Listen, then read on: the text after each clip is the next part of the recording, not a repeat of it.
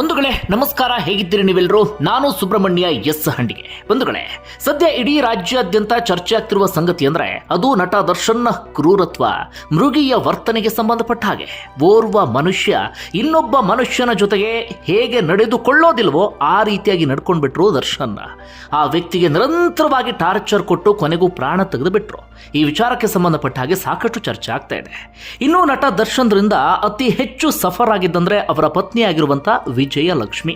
ನಿಮ್ಮೆಲ್ಲರಿಗೂ ಕೂಡ ಗೊತ್ತಿರುವ ಹಾಗೆ 2011ರಲ್ಲಿ ಹಲ್ಲೆ ಆಗುತ್ತೆ. 28 ದಿನಗಳ ಕಾಲ ದರ್ಶನ್ ಜೈಲು ವಾಸವನ್ನು ಅನುಭವಿಸ್ತಾರೆ. ಅದಾದ ಬಳಿಕವೂ ಕೂಡ ಬುದ್ಧಿ ಕಲಿಯೋದಿಲ್ಲ. 2016ರಲ್ಲಿ ಮತ್ತೊಮ್ಮೆ ಹಲ್ಲೆ ಮಾಡ್ತಾರೆ. ಅದಾದ ನಂತರ ಮತ್ತೊಮ್ಮೆ ಹಲ್ಲೆ ಮಾಡಿದಂಥ ವರದಿಯೂ ಕೂಡ ಆಗಿತ್ತು. ಈ ರೀತಿಯಾಗಿ ವಿಜಯಲಕ್ಷ್ಮಿ ಮತ್ತೆ ಮತ್ತೆ ಗಂಡನಿಂದ ನರಕವನ್ನು ಅನುಭವಿಸಿದ್ದಾರೆ. ಪ್ರತಿದಿನ ಕಣ್ಣೀರು ಹಾಕುವಂಥ ಪರಿಸ್ಥಿತಿ ಎದುರಾಗಿತ್ತು. ಇದೀಗ ಮತ್ತೊಮ್ಮೆ ವಿಜಯಲಕ್ಷ್ಮಿ ಗಂಡನ ಈ ವರ್ತನೆಯಿಂದ ಶಾಕ್ಗೆ ಒಳಗಾಗಿದ್ದಾರೆ. ಅವರ ಆಪ್ತರು ಹೇಳ್ತಿರುವಂಥ ಪ್ರಕಾರ ದಿನಪೂರ್ತಿ ಕಣ್ಣೀರು ಹಾಕ್ತಾ ಒಂದು ಮೂಲೆಯಲ್ಲಿ ಕುತ್ಕೊಂಡು ಬಿಟ್ಟಿದ್ದಾರಂತೆ. ಇದೀಗ ವಿಜಯಲಕ್ಷ್ಮಿ ಅವರಿಗೆ ಆತಂಕ ಶುರುವಾಗಿರೋದು, ಗಂಡ ವರ್ತನೆಯನ್ನು ಹೊಸದಲ್ಲ, ನಿರಂತರವಾಗಿ ಇಂತಹ ವರ್ತನೆಯನ್ನು ತೋರಿಸ್ತಿದ್ದಾರೆ. ಆದರೆ ಗಂಡನ ಈ ವರ್ತನೆಯಿಂದಾಗಿ ಗಂಡ ಕೊಲೆ ಪ್ರಕರಣದಲ್ಲಿ ಜೈಲು ಸೇರಿರುವುದರಿಂದ ಮಗನ ಮೇಲೆ ಆಗ್ತಿರುವಂಥ ಪರಿಣಾಮಕ್ಕೆ ಸಂಬಂಧಪಟ್ಟ ಹಾಗೆ ಯೋಚನೆ ಮಾಡ್ತಿದ್ದಾರಂತೆ, ಕಣ್ಣೀರನ್ನು ಹಾಕ್ತಿದ್ದಾರಂತೆ. ಅಷ್ಟು ಮಾತ್ರ ಅಲ್ಲ, ಸಾಕಷ್ಟು ಬೆಳವಣಿಗೆ ಆಗ್ತಾ ಇದೆ ವಿಜಯಲಕ್ಷ್ಮಿ ಅವರ ವಿಚಾರದಲ್ಲಿ. ಏನೇನು ಅಂತ ಗಮನಿಸ್ತಾ ಹೋಗೋಣ. ಜೊತೆಗೆ ಅವರು ಅನುಭವಿಸಿದಂಥ ಆ ಕಷ್ಟ, ಆ ನೋವು, ಅದನ್ನು ಕೂಡ ಈ ಸ್ಟೋರಿಯಲ್ಲಿ ನೋಡೋಣ. ಬಂಧುಗಳೇ, ಇತ್ತೀಚೆಗೆ ವಿಜಯಲಕ್ಷ್ಮಿ ಅವರಿಗೆ ಸಂಬಂಧಪಟ್ಟ ಒಂದಷ್ಟು ಸುದ್ದಿ ಸ್ಪ್ರೆಡ್ ಆಗ್ತಾ ಇದೆ. ನಟ ದರ್ಶನ್ಗೆ ಡಿವೋರ್ಸ್ ಕೊಡ್ತಾರೆ, ದರ್ಶನದಿಂದ ಬೇರೆ ಆಗ್ತಾರೆ, ಹಾಗೆ ಹೀಗೆ ಅಂತ.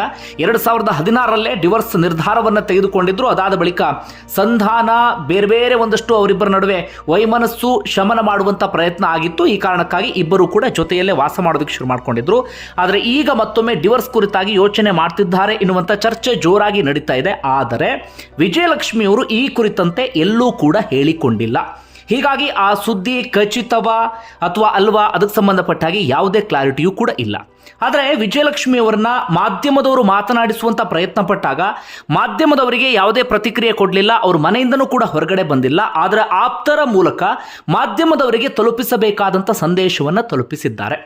ವಿಜಯಲಕ್ಷ್ಮಿ ಅವರು ಮೊದಲು ಮಾಡಿದಂಥ ಕೆಲಸ ಅಂದರೆ, ಅವರು ತಮ್ಮ ಸೋಷಿಯಲ್ ಮೀಡಿಯಾ ಇನ್ಸ್ಟಾಗ್ರಾಮ್ನಲ್ಲಿ ನಟ ದರ್ಶನ್ರನ್ನ ಅನ್ಫಾಲೋ ಮಾಡ್ತಾರೆ. ಜೊತೆಗೆ ದರ್ಶನ್ನ ಜೊತೆಗೆ ಹಾಕಿದ್ದಂಥ DPಯನ್ನು ಕೂಡ ತೆಗೆದು ಹಾಕಿಬಿಡ್ತಾರೆ ಅಥವಾ ಡಿಲೀಟ್ ಮಾಡಿಬಿಡ್ತಾರೆ. ಈ ಮೂಲಕ ಪ್ರತಿಯೊಬ್ಬರಿಗೂ ಕೂಡ ಮೌನವಾಗಿ ಒಂದು ಸಂದೇಶವನ್ನು ರವಾನಿಸ್ತಾರೆ. ಗಂಡ ಆದ ಮಾತ್ರಕ್ಕೆ ಮಾಡಿದಂಥ ತಪ್ಪೆಲ್ಲವನ್ನು ಕೂಡ ಸಹಿಸಿಕೊಳ್ಳುವುದಿಲ್ಲ, ನಾನು ಕೂಡ ಇದನ್ನು ಖಂಡಿಸ್ತೇನೆ ಅಂತ ಮೌನವಾಗಿ ಈ DP ಡಿಲೀಟ್ ಮಾಡುವ ಮೂಲಕ, ಅನ್ಫಾಲೋ ಮಾಡುವ ಮೂಲಕ ಸಂದೇಶವನ್ನು ರವಾನಿಸ್ತಾರೆ. ಯಾಕಂದರೆ ಯಾವುದಾದ್ರೂ ಸ್ಟೇಟ್ಮೆಂಟ್ ಕೊಟ್ಬಿಟ್ರೆ ಅಥವಾ ಯಾವುದಾದ್ರೂ ಪೋಸ್ಟನ್ನು ಹಾಕಿಬಿಟ್ರೆ ಅದು ಬೇರೆ ಬೇರೆ ರೂಪವನ್ನು ಪಡೆದುಕೊಳ್ಳುವ ಸಾಧ್ಯತೆ ಇರುತ್ತೆ. ಹೀಗಾಗಿ ಸೈಲೆಂಟ್ ಆಗಿ ಒಂದು ನಿರ್ಧಾರವನ್ನು ತೆಗೆದುಕೊಳ್ತಾರೆ. ಅದಾದ ಬಳಿಕ ಈ ಸೋಷಿಯಲ್ ಮೀಡಿಯಾ ಸಹವಾಸವೇ ಬೇಡ ಅಂತ ಹೇಳಿ ಅದನ್ನು ಕೂಡ ಡಿಆಕ್ಟಿವೇಟ್ ಮಾಡಿದ್ದಾರೆ. ಅದಾದ ಬಳಿಕ ನಟ ದರ್ಶನ್ರನ್ನ ನೋಡೋದಿಕ್ಕೂ ಬಂದಿಲ್ಲ. ಅಷ್ಟು ಮಾತ್ರ ಅಲ್ಲ, ಅವರ ವಕೀಲರನ್ನು ಕೂಡ ಭೇಟಿಯಾಗಿಲ್ಲ. ಜೊತೆಗೆ ಈ ಪ್ರಕರಣಕ್ಕೆ ಸಂಬಂಧಪಟ್ಟ ಹಾಗೆ ತಲೆಯೇ ಹಾಕ್ತಾ ಇಲ್ಲ. ಬೇರೆ ಯಾವುದಾದ್ರೂ ಪ್ರಕರಣ ಆಗಿದ್ರೆ, ಬೇರೆ ರೀತಿಯಲ್ಲಿ ಸಮಸ್ಯೆ ಆಗಿದ್ರೆ ವಿಜಯಲಕ್ಷ್ಮಿ ಗಂಡನ ಪರವಾಗಿ ನಿಂತ್ಕೊಳ್ತಿದ್ರು, ಅದರ ಎಂಟ್ರಿ ಆಗ್ತಾ ಇದ್ರು. ಆದರೆ ಇಲ್ಲಾಗಿದ್ದೇನು, ಬೇರೆ ಹೆಣ್ಣಿನ ಈಗೋ ಸ್ಯಾಟಿಸ್ಫ್ಯಾಕ್ಷನ್ ಮಾಡೋದಕ್ಕೆ ಹೋಗಿ, ಬೇರೆ ಹೆಣ್ಣಿಗೆ ಯಾರ ಮೇಲೋ ಸೇಡಿತ್ತು ಎನ್ನುವ ಕಾರಣಕ್ಕಾಗಿ ಆ ಸೇಡನ್ನು ತೀರಿಸಿಕೊಳ್ಳೋದಕ್ಕೆ ಹೋಗಿ ಇವತ್ತು ದರ್ಶನ್ ಇಂತಹ ಸಂಕಷ್ಟಕ್ಕೆ ಸಿಕ್ಕಾಕೊಂಡಿದ್ದಾರೆ. ಇದನ್ನು ಕೇಳಿಯೇ ವಿಜಯಲಕ್ಷ್ಮಿ ಶಾಕ್ಗೆ ಒಳಗಾಗ್ಬಿಟ್ಟಿದ್ದಾರೆ. ಇನ್ಯಾವುದೋ ಹೆಣ್ಣಿನ ಸಹವಾಸ ಮಾಡಿ ಆ ಹೆಣ್ಣಿಗೆ ಖುಷಿ ಪಡಿಸೋದಕ್ಕೆ ಹೋಗಿ ನನ್ನ ಗಂಡ ಇಂಥ ಪರಿಸ್ಥಿತಿಗೆ ಸಿಕ್ಕಾಕೊಂಡು ಬಿಟ್ರಲ್ಲ ಅಂಥೇಳಿ ಭೇಟಿ ಆಗೋದಕ್ಕೂ ಬರ್ತಾ ಇಲ್ಲ. ಜೊತೆಗೆ ವಕೀಲರನ್ನು ಕೂಡ ಭೇಟಿಯಾಗಿಲ್ಲ. ಈ ವಿಚಾರಕ್ಕೆ ಸಂಬಂಧಪಟ್ಟ ಹಾಗೆ ತಲೆಯೇ ಹಾಕ್ತಾ ಇಲ್ಲ. ನಾನು ಟೈಟಲ್ನಲ್ಲಿ ಗುಡ್ ಬೈ ಎನ್ನುವಂಥ ವಿಚಾರವನ್ನು ಮೆನ್ಷನ್ ಮಾಡಿದ್ದೆ. ಅದು ಡಿವೋರ್ಸ್ ಅಂತ ಅರ್ಥ ಅಲ್ಲ. ಅದು ಏನು ಅರ್ಥ ಅಂದರೆ, ಅವರು ಮಾಧ್ಯಮದವರಿಗೆ ಆಪ್ತರ ಮೂಲಕ ಒಂದು ಸಂದೇಶವನ್ನು ರವಾನೆ ಮಾಡಿದ್ದಾರೆ. ಈ ಘಟನೆಯಿಂದ ನಾನು ತೀವ್ರ ಆಘಾತಕ್ಕೆ ಒಳಗಾಗಿದ್ದೇನೆ, ಏನೂ ಮಾತನಾಡುವಂಥ ಪರಿಸ್ಥಿತಿ ಇಲ್ಲ. ಇನ್ನು ಮುಂದೆ ನನ್ನ ಬದುಕು ಕೇವಲ ನನ್ನ ಮಗನಿಗೋಸ್ಕರ ಮಾತ್ರ. ಇನ್ನು ಮುಂದೆ ನಾನು ಯಾರ ಸಹವಾಸಕ್ಕೂ ಕೂಡ ಹೋಗೋದಿಲ್ಲ, ಯಾರ ಅವಶ್ಯಕತೆಯೂ ಕೂಡ ನನಗೆ ಇಲ್ಲ. ಈ ಆಘಾತದಿಂದ ಸದ್ಯಕ್ಕಂತೂ ನನಗೆ ಹೊರಗಡೆ ಬರೋದಕ್ಕೆ ಸಾಧ್ಯ ಆಗ್ತಾ ಇಲ್ಲ. ಮಗನ ಬಗ್ಗೆ ನನಗೆ ವಿಪರೀತವಾಗಿ ಯೋಚನೆ ಆಗಿದೆ. ಅಷ್ಟು ಮಾತ್ರ ಅಲ್ಲ, ಮಗನಿಗೆ ಈ ವಿಚಾರವನ್ನು ತಿಳಿಸಬಾರ್ದು ಅಂತ ನಾನು ಪ್ರಯತ್ನ ಪಡ್ತಿದ್ದೇನೆ. ಆದರೆ ಒಂದಲ್ಲ ಒಂದು ಮಾರ್ಗದ ಮೂಲಕ ಮಗನಿಗೆ ಈ ವಿಚಾರ ತಿಳಿಯುತ್ತೆ. ಮಗನ ಮೇಲೆ ಬೀರುವಂಥ ಆ ಮಾನಸಿಕ ಪರಿಣಾಮವನ್ನು ನನಗೆ ಊಹೆ ಮಾಡಿಕೊಳ್ಳೋಕ್ಕೂ ಸಾಧ್ಯ ಆಗ್ತಾ ಇಲ್ಲ. ಮಗನನ್ನು ಸ್ಕೂಲ್ಗೆ ಕಳಿಸೋದಕ್ಕೂ ಕೂಡ ಯೋಚನೆ ಮಾಡುವಂಥ ಪರಿಸ್ಥಿತಿ ಎದುರಾಗಿಬಿಟ್ಟಿದೆ, ಅಥವಾ ಹೊರಗಡೆ ಕಳಿಸೋದಕ್ಕೂ ಕೂಡ ಯೋಚನೆ ಮಾಡೋ ಪರಿಸ್ಥಿತಿ ಎದುರಾಗಿದೆ. ನನಗೂ ಕೂಡ ಹೊರಗಡೆ ತಲೆ ಎತ್ಕೊಂಡು ಓಡಾಡೋದಕ್ಕೂ ಕೂಡ ಸಾಧ್ಯ ಸಾಧ್ಯ ಆಗ್ತಾ ಇಲ್ಲ. ಇಂಥದ್ದೊಂದು ಮಾತನ್ನ ಆಪ್ತರ ಮೂಲಕ ಮಾಧ್ಯಮದವರಿಗೆ ತಲುಪಿಸಿದ್ದಾರೆ. ಅಂದ್ರೆ ನಾನಿನ್ನು ಮುಂದೆ ಅವ್ರ ಸಹವಾಸಕ್ಕಂತೂ ಹೋಗೋದಿಲ್ಲ, ನಾನಾಯ್ತು, ನನ್ನ ಮಗ ಆಯ್ತು, ನನ್ನ ಬದುಕಾಯ್ತು, ಇಷ್ಟೇ ನನ್ನ ಪ್ರಪಂಚ ಎನ್ನುವ ರೀತಿಯಲ್ಲಿ ವಿಜಯಲಕ್ಷ್ಮಿ ನಿರ್ಧಾರಕ್ಕೆ ಬಂದಿದ್ದಾರೆ.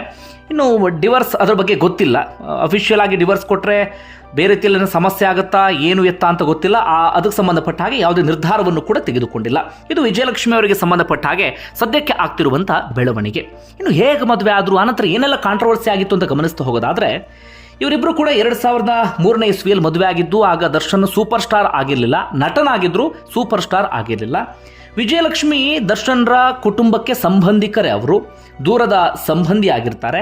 ಅವರು ಒಳ್ಳೆ ಓದ್ಕೊಂಡಿದ್ದಾರೆ, ಇಂಜಿನಿಯರಿಂಗನ್ನು ಮುಗಿಸಿದ್ದಾರೆ. ಅದಾದ ಬಳಿಕ ಟಿವಿ ಆಂಕರ್ ಆಗಿ ಕೆಲಸ ಮಾಡ್ತಾ ಇದ್ರು. ಇವರಿಬ್ಬರಿಗೆ ಎಲ್ಲೋ ಒಂದು ಕಡೆ ಭೇಟಿ ಆಗುತ್ತೆ, ಅದು ಪರಿಚಯ ಆಗುತ್ತೆ, ಸ್ನೇಹ ಆಗುತ್ತೆ, ಪ್ರೀತಿಗೆ ತಿರುಗುತ್ತೆ, ಪರಸ್ಪರ ಮದುವೆ ಆಗೋದಕ್ಕೆ ನಿರ್ಧಾರ ತೆಗೆದುಕೊಳ್ತಾರೆ. ಆಗ ಮೆಜೆಸ್ಟಿಕ್ ಸಿನಿಮಾ ಸೂಪರ್ ಹಿಟ್ ಆಗಿರುತ್ತೆ. ಆದರೆ ದರ್ಶನ್ ಕೈಯಲ್ಲಿ ಕಾಸಿರೋದಿಲ್ಲ. ಕಾರಣ ಮೆಜೆಸ್ಟಿಕ್ ಸಿನಿಮಾ ಹಿಟ್ ಆದರೂ ಕೂಡ ಸಂಭಾವನೆ ಸಿಕ್ಕಿರೋದಿಲ್ಲ. ಅದರ ಬದಲಾಗಿ ಒಂದು ಸೆಕೆಂಡ್ ಹ್ಯಾಂಡ್ ಕಾರನ್ನು ಕೊಡಿಸಿರ್ತಾರಂತೆ ಅಷ್ಟೇ. ಅದಾದ ಬಳಿಕ ಒಂದಷ್ಟು ಸಿನಿಮಾಗಳು ಬಂದರೂ ಕೂಡ ಹೆಚ್ಚಿನ ಸದ್ದನ್ನು ಮಾಡಿರೋದಿಲ್ಲ. ಆ ಸಂದರ್ಭದಲ್ಲಿ ದರ್ಶನ್ ಬೆಂಬಲಕ್ಕೆ ನಿಂತ್ಕೊಂಡಂಥವರು ವಿಜಯಲಕ್ಷ್ಮಿ. ಆರ್ಥಿಕವಾಗಿಯೂ ಸಹಾಯವನ್ನ ಮಾಡಿದಂಥವರು, ಎಲ್ಲ ರೀತಿಯಲ್ಲೂ ಕೂಡ ಅವರ ಬೆಂಬಲಕ್ಕೆ ನಿಂತ್ಕೊಂಡಂಥವರು. ಹೀಗಾಗಿ 2003ರಲ್ಲಿ ಧರ್ಮಸ್ಥಳದಲ್ಲಿ ಎರಡೂ ಕುಟುಂಬದವರನ್ನ ಒಪ್ಪಿಸಿ ಇಬ್ಬರು ಕೂಡ ಮದುವೆ ಆಗ್ತಾರೆ. 2011ರವರೆಗೂ ಕೂಡ ಇಬ್ಬರ ಬದುಕು ಬಹಳ ಚೆನ್ನಾಗಿರುತ್ತೆ, ಮಗನ ಜನನವೂ ಕೂಡ ಆಗತ್ತೆ. ಆದರೆ 2011ರಷ್ಟರಲ್ಲಿ ದರ್ಶನ್ಗೆ ಸೂಪರ್ ಸ್ಟಾರ್ ಪಟ್ಟ ಸಿಕ್ಕಾಗಿರುತ್ತೆ, ತಲೆಗೆ ಅಹಂಕಾರ, ಮದ ಎಲ್ಲವೂ ಕೂಡ ಹತ್ತಾಗಿರುತ್ತೆ. ಆಗ ಓರ್ವ ನಟಿ ಅವರ ಬದುಕಿನಲ್ಲಿ ಎಂಟ್ರಿ ಕೊಟ್ಟರು ಎನ್ನುವಂಥ ಒಂದು ವಿಚಾರ ಇದೆ. ಆ ನಟಿಯನ್ನು ಸಿನಿಮಾ ರಂಗದಿಂದಲೂ ಬ್ಯಾನ್ ಮಾಡುವ ನಿರ್ಧಾರ ಮಾಡಿದ್ರು. ಅದಾದ ಬಳಿಕ ಆ ಬ್ಯಾನ್ ನಿರ್ಧಾರ ವಾಪಸ್ ತೆಗೆದುಕೊಂಡ್ರು. ಒಂದಷ್ಟೆಲ್ಲ ಆಗಿತ್ತು, ನಿಮಗೆ ಗೊತ್ತಿರುವಂಥ ವಿಚಾರ. ಆ ನಟಿಯ ಹೆಸರನ್ನು ಪ್ರಸ್ತಾಪ ಮಾಡೋದು ಬೇಡ. ಆ ನಟಿಯಿಂದಾಗಿ ಇವರ ಸಂಸಾರದಲ್ಲಿ ಮೊದಲ ಬಾರಿಗೆ ಬಿರುಕು ಬರುತ್ತೆ.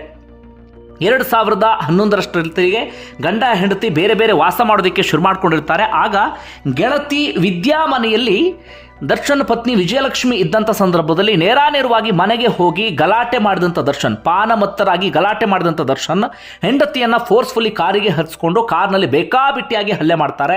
ಅವರ ಕಿವಿಯನ್ನೇ ಕಚ್ಚಿ ತೆಗೆದು ಬಿಟ್ಟಿರ್ತಾರೆ. ಅಷ್ಟು ಮಾತ್ರ ಅಲ್ಲ, ಸಿಗರೆಟ್ನಿಂದಲೂ ಕೂಡ ಸುಟ್ಟಿರ್ತಾರೆ, ರಿವಾಲ್ವರ್ ಇಟ್ಕೊಂಡು ಬೆದರಿಕೆ ಹಾಕಿರ್ತಾರೆ, ಮಗನ ಕತ್ತನ್ನು ಹಿಸ್ಕೋದಿಕ್ಕೂ ಕೂಡ ಪ್ರಯತ್ನ ಪಟ್ಟಿರ್ತಾರೆ. ಇಷ್ಟೆಲ್ಲ ಆಗ್ತಿದ್ದ ಹಾಗೆ ತೀವ್ರ ಆತಂಕಕ್ಕೆ ಒಳಗಾದಂಥ ವಿಜಯಲಕ್ಷ್ಮಿ ರಾತ್ರೋರಾತ್ರಿ ಪೊಲೀಸರಿಗೆ ಫೋನ್ ಮಾಡಿ ವಿಚಾರವನ್ನು ತಿಳಿಸ್ತಾರೆ. ಒಂದು ಕಂಪ್ಲೇಂಟನ್ನು ಕೂಡ ಕೊಡ್ತಾರೆ. ವಿಜಯನಗರ ಪೊಲೀಸರು ದರ್ಶನ್ರನ್ನ ಅರೆಸ್ಟ್ ಮಾಡ್ತಾರೆ. ದರ್ಶನ್ ಜೈಲು ಸೇರುವ ಪರಿಸ್ಥಿತಿ ಎದುರಾಗುತ್ತೆ. 28 ದಿನಗಳ ಕಾಲ ಜೈಲು ವಾಸವನ್ನು ಅನುಭವಿಸ್ತಾರೆ. ಅದಾದ ಬಳಿಕ ಒಂದಷ್ಟು ಹಿರಿಯ ನಟರೆಲ್ಲರೂ ಕೂಡ ಕೂತ್ಕೊಂಡು ಸಂಧಾನ ಮಾಡಿದಂಥ ಕಾರಣಕ್ಕಾಗಿ ವಿಜಯಲಕ್ಷ್ಮಿ ಕೇಸನ್ನು ವಾಪಸ್ ತೆಗೆದುಕೊಳ್ತಾರೆ. ಎಲ್ಲವೂ ಕೂಡ ಒಂದು ಹಂತಕ್ಕೆ ಸರಿ ಹೋಗಿಬಿಡುತ್ತೆ. ದರ್ಶನ್ ಬುದ್ಧಿ ಕಲಿತಾರಾ? ಇಲ್ಲ, ಬುದ್ಧಿ ಕಲಿಯೋದಿಲ್ಲ. 2016ರ ಸಂದರ್ಭಕ್ಕೆ ಪವಿತ್ರ ಗೌಡ ಎನ್ನುವಂಥ ಹೆಣ್ಣು ದರ್ಶನ್ನ ಬದುಕಿಗೆ ಎಂಟ್ರಿ ಕೊಟ್ಟಾಗಿರುತ್ತೆ. ವಿಜಯಲಕ್ಷ್ಮಿ ಬೇಡ ಅನ್ಸೋದಕ್ಕೆ ದರ್ಶನ್ಗೆ ಶುರುವಾಗಿರುತ್ತೆ. ಹೀಗಾಗಿ ಇಬ್ಬರು ಕೂಡ ಬೇರೆ ಬೇರೆ ವಾಸ ಮಾಡ್ತಿರ್ತಾರೆ. ದರ್ಶನ್ ಪತ್ನಿ ವಿಜಯಲಕ್ಷ್ಮಿ ಪ್ರೆಸ್ಟೀಜ್ ಅಪಾರ್ಟ್ಮೆಂಟ್ ಇರ್ತಾರೆ, ಹೊಸಕೆರೆಹಳ್ಳಿಯ ಪ್ರೆಸ್ಟೀಜ್ ಅಪಾರ್ಟ್ಮೆಂಟ್. ಆ ಫ್ಲಾಟ್ಗೆ ಬಾಡಿಗೆಯನ್ನು ದರ್ಶನ್ನೇ ಕಟ್ತಿರ್ತಾರೆ. ದರ್ಶನ್ RR ನಗರದ ಮನೆಯಲ್ಲಿ ವಾಸ ಮಾಡ್ತಿರ್ತಾರೆ. ಆಗ ಮತ್ತೆ ದರ್ಶನ್ ಆ ಪ್ರೆಸ್ಟೀಜ್ ಅಪಾರ್ಟ್ಮೆಂಟ್ ಬಳಿ ಹೋಗಿ ಗಲಾಟೆ ಮಾಡ್ತಾರೆ, ಗದ್ದಲವನ್ನು ಎಬ್ಬಿಸ್ತಾರೆ. ಹೀಗಾಗಿ ಮತ್ತೊಮ್ಮೆ ಚನ್ನಮ್ಮನಕೆರೆ ಅಚ್ಚುಕಟ್ಟು ಪೊಲೀಸ್ ಠಾಣೆಗೆ ಪತ್ನಿ ದೂರನ್ನ ಕೊಡ್ತಾರೆ, ಕರೆಸಿ ಬುದ್ಧಿವಾದವನ್ನು ಹೇಳಿ ಅಂತ. ಆಗಲೂ ಕೂಡ ಅವರಿಬ್ಬರ ನಡುವೆ ಸಂಧಾನ ಮಾಡಲಾಗುತ್ತೆ. ಆಗ ವಿಜಯಲಕ್ಷ್ಮಿ ಅವರಿಗೆ ಎಲ್ಲರೂ ಕೂಡ ಒಂದು ಸಲಹೆ ಕೊಡ್ತಾರೆ, ಈ ಗಂಡನ ಸಹವಾಸ ಬೇಡ, ಡಿವೋರ್ಸ್ ತಗೊಂಡು ಬಿಡು ಅಂತ ಹೇಳಿ. ವಿಜಯಲಕ್ಷ್ಮಿ ಕೂಡ ಡಿವೋರ್ಸ್ ನಿರ್ಧಾರವನ್ನು ತಾಳ್ತಾರೆ. ಆದರೆ ಆಸ್ತಿ ವಿಚಾರಕ್ಕೆ ಸಂಬಂಧಪಟ್ಟ ಹಾಗೆ ಇಬ್ಬರ ನಡುವೆ ಒಮ್ಮತ ಮೂಡೋದಿಲ್ಲ.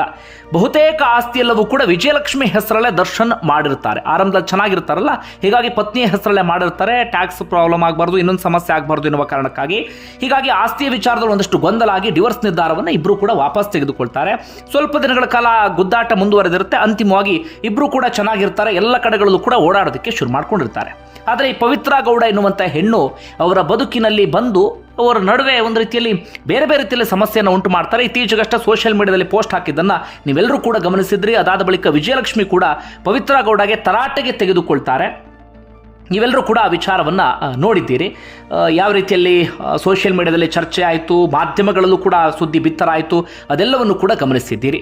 ಈ ರೀತಿಯಾಗಿ ವಿಜಯಲಕ್ಷ್ಮಿ ಎಲ್ಲವನ್ನೂ ಕೂಡ ಸಹಿಸಿಕೊಂಡಿದ್ರು. ಇತ್ತೀಚೆಗೆ ಏನಾಗಿತ್ತು, ದರ್ಶನ್ ವಿಜಯಲಕ್ಷ್ಮಿಯ ಜೊತೆಗೆ ಹೊರಗಡೆ ಜಾಸ್ತಿ ಓಡಾಡೋದಕ್ಕೆ ಶುರು ಮಾಡ್ಕೊಂಡಿದ್ರು. ಇಬ್ಬರು ಕೂಡ ಆನಿವರ್ಸರಿಯನ್ನು ಬಹಳ ಚೆನ್ನಾಗಿ ಸೆಲೆಬ್ರೇಟ್ ಮಾಡ್ಕೊಂಡಿದ್ರು. ಅದಾದ ಬಳಿಕ ವಿದೇಶಕ್ಕೆ ಹೋಗ್ತಾ ಇದ್ರು, ಬೇರೆ ಬೇರೆ ಕಡೆಗಳಲ್ಲೂ ಕೂಡ ಓಡಾಡ್ತಾ ಇದ್ರು. ವಿಜಯಲಕ್ಷ್ಮಿ ಅವರು ಅಂದ್ಕೊಂಡಿದ್ರಂತೆ ಪವಿತ್ರ ಗೌಡ ಇಂದ ದರ್ಶನ್ ದೂರ ಆಗಿದ್ದಾರೆ ಅಂತ. ಹೀಗಾಗಿ ವಿಜಯಲಕ್ಷ್ಮಿ ಸ್ವಲ್ಪ ಮಟ್ಟಿಗೆ ನೆಮ್ಮದಿಯಾಗಿದ್ರು. ಆ ಸೋಷಿಯಲ್ ಮೀಡಿಯಾ ಗುದ್ದಾಟ ಆದ ಬಳಿಕ ಪವಿತ್ರ ಗೌಡೆಯಿಂದ ದೂರ ಆಗಿದ್ದಾರೆ ಅಂತ ಅಂದ್ಕೊಂಡಿದ್ರಂತೆ. ಆದರೆ ಯಾವಾಗ ಪವಿತ್ರ ಗೌಡ ವಿಚಾರಕ್ಕೆ ಸಂಬಂಧಪಟ್ಟ ಹಾಗೆ ಗಲಾಟೆ ಮಾಡಿಕೊಂಡು ಜೈಲು ಸೇರಿದ್ರು ಎನ್ನುವಂಥ ಸ್ಥಿತಿ ವಿಚಾರ ಗೊತ್ತಾಗುತ್ತೋ ವಿಜಯಲಕ್ಷ್ಮಿ ಶಾಕ್ಗೆ ಒಳಗಾಗಿದ್ದಾರೆ. ಯಾವುದೋ ಹೆಣ್ಣಿಗೆ ಇಂಥದ್ದೊಂದು ಪರಿಸ್ಥಿತಿನ ತಂದುಕೊಂಡು ಬಿಟ್ರಲ್ಲ ಅಂತ ಹೇಳಿ ಹೀಗಾಗಿ ವಿಜಯಲಕ್ಷ್ಮಿ ಗುಡ್ ಬೈ, ಸಹವಾಸ ಅಲ್ಲ, ನನ್ನ ಪಾಡಿಗೆ ನಾನು ಇರ್ತೀನಿ ಎನ್ನುವಂಥ ನಿರ್ಧಾರಕ್ಕೆ ಬಂದಿದ್ದಾರೆ. ಬಂಧುಗಳು, ನಿಮಗೆ ಅನಿಸ್ತಾ ಅದನ್ನು ಕಮೆಂಟ್ ಬಾಕ್ಸಲ್ಲಿ ಮೆನ್ಷನ್ ಮಾಡಿ. ಧನ್ಯವಾದ ವಿಡಿಯೋ ನೋಡಿದ್ದಕ್ಕಾಗಿ.